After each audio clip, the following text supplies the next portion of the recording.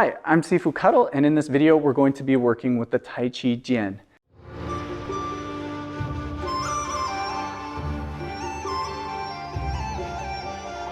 Now make sure that when you're practicing with the sword, you have a good amount of space around you and you pay attention to what you're doing. So make sure you're not using a sharp sword. If you're using a stick, that's fine. Just try to be aware of which side the edge of the sword would be on, and that will really refine your technique. You don't want to hurt yourself, and you don't want to break or hurt anything around you. So make sure those are in place first.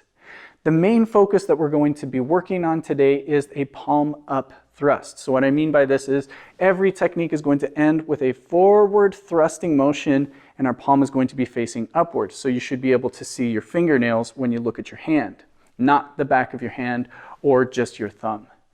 Now, once you have that idea down, this becomes more of an exercise of different footwork. So we'll be working on thrusting with the front foot forward, with the back foot forward, in a twist stance, feet together and leg raised. And really you get to explore how to do this single palm up thrust from different positions. Now, one of the good things to keep in mind here, and this is going to be kind of a rule of thumb, is whatever foot steps forward, bring your sword back to the opposite foot first. So if my right foot steps forward, I should bring the sword back to my left hip first before thrusting. Now this will make a lot more sense once we're out there and working on it, but do keep this in the back of your mind. It will make things easier as we go along. The last thing is, if you're left-handed, I am mentioning everything from back foot, front foot, back hip, front hip. So I'm not going to be specific in what I'm saying to make it a little bit easier. Okay, so grab your Jian and let's go get to work.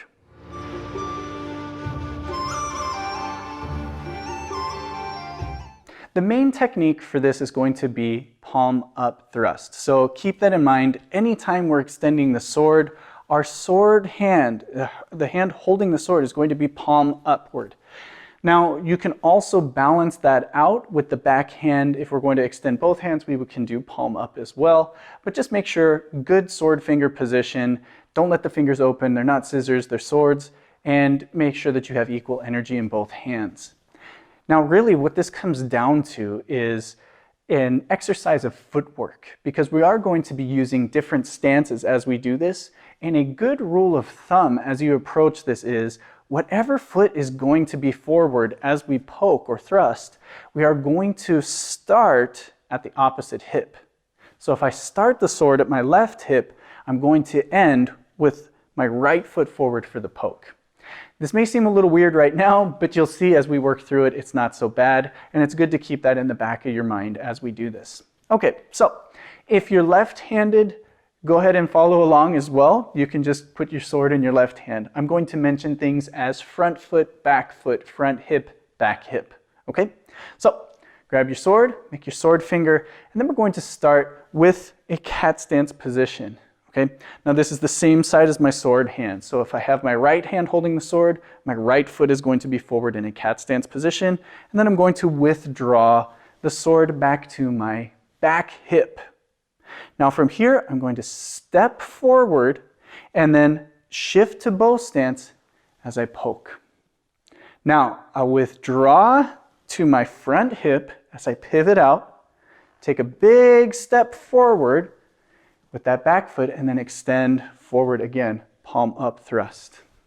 Okay, so if I'm facing towards you, from our initial position, I go to the back hip, I step forward with the front foot. Shift forward and poke.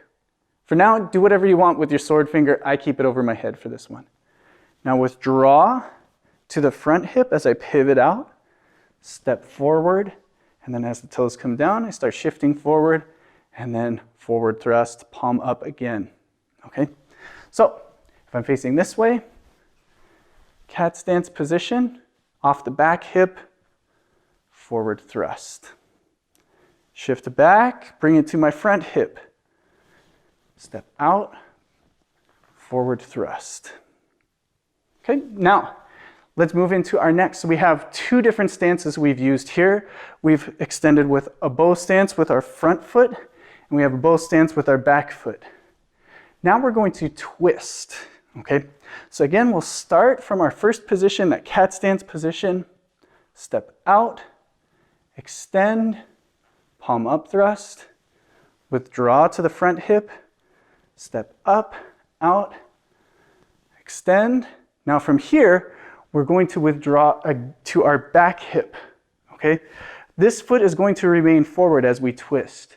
So we withdraw it to the same side, twist and pivot the foot as we extend forward and back with the sword finger. Now, a good rule of thumb is if my palm is up with my sword hand, my palm will be up with my sword finger. But there are some forms where you will have an opposite setup. So don't feel bad if it's out to the side, if it's palm up or palm down, okay? So let's do that again, facing this way. From here, I'm starting with the sword back. We're gonna do our very first one, step forward, front leg, thrust, pull back to the front hip, back leg, thrust, again withdraw to that same hip, twist the foot, pivot, and then now forward thrust with the palm up. Okay? If I'm facing towards the corner, this may be easier to see as well. Start from here. I'm going to step forward, thrust, withdraw to the front hip, step up, thrust, withdraw to that same hip, twist, thrust. Now let's add feet together. When feet come together, there's really no hip that's going to be forward and backward. So in some cases, it depends on your starting position. But in this case, we're starting from a neutral position. We have both feet coming together. So we're just going to bring the sword in at center line. And then when we step up, we extend out. So center to center as we do this. This will also be the only time that we change our hand position from a sword finger. We're going to bring it underneath and clasp our other hand from underneath and then extend forward.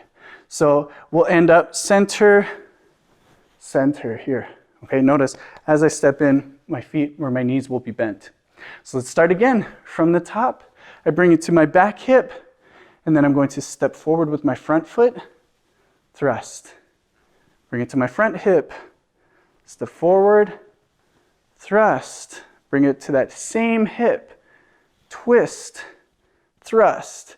Now, from this position, I'm going to bring my palm forward, and then I'm going to adjust that foot, step 1, 2, and extend. Okay? Again, from this position, I withdraw center, step 1, 2, extend. All right? Now, if I'm facing this way, we'll start from just that twist position, center, 1, 2, extend.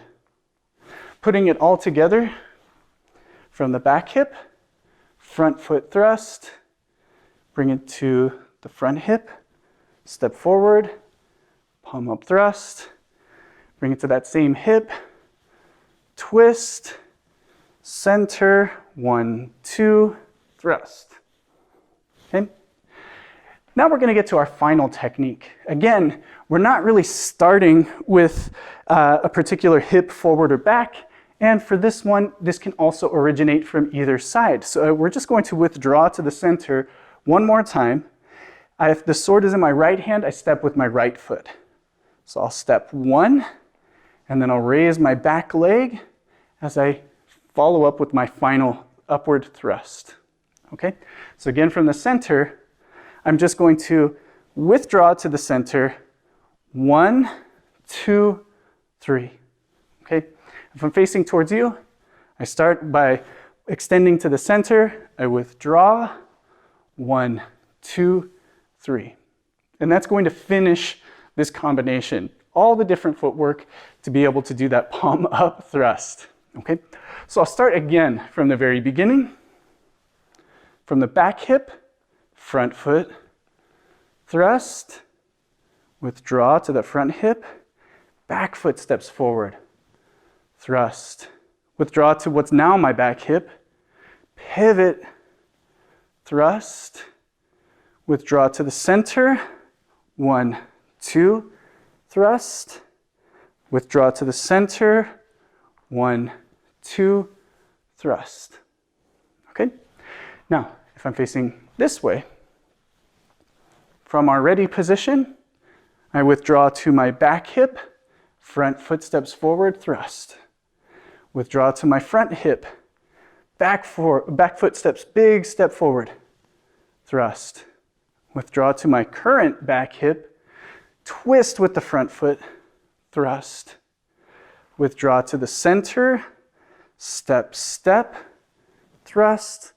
Withdraw to the center, step, lift, thrust. If I'm facing towards this corner, we'll go a little bit smoother this time. I withdraw to the hip, thrust, pull back, step, thrust, pull back, twist, thrust, center, feet together, thrust, withdraw, leg up, thrust. You'll see each of these has their own little nuance as we do it. And although you can do most of the techniques will just be a straightforward thrust, I do prefer with the leg up to have more of an upward angle going up through the throat. But most of them will be piercing towards the chest, towards the heart, towards the solar plexus, and at highest the throat. But you can try different ways of using this as well. You can even focus on poking lower.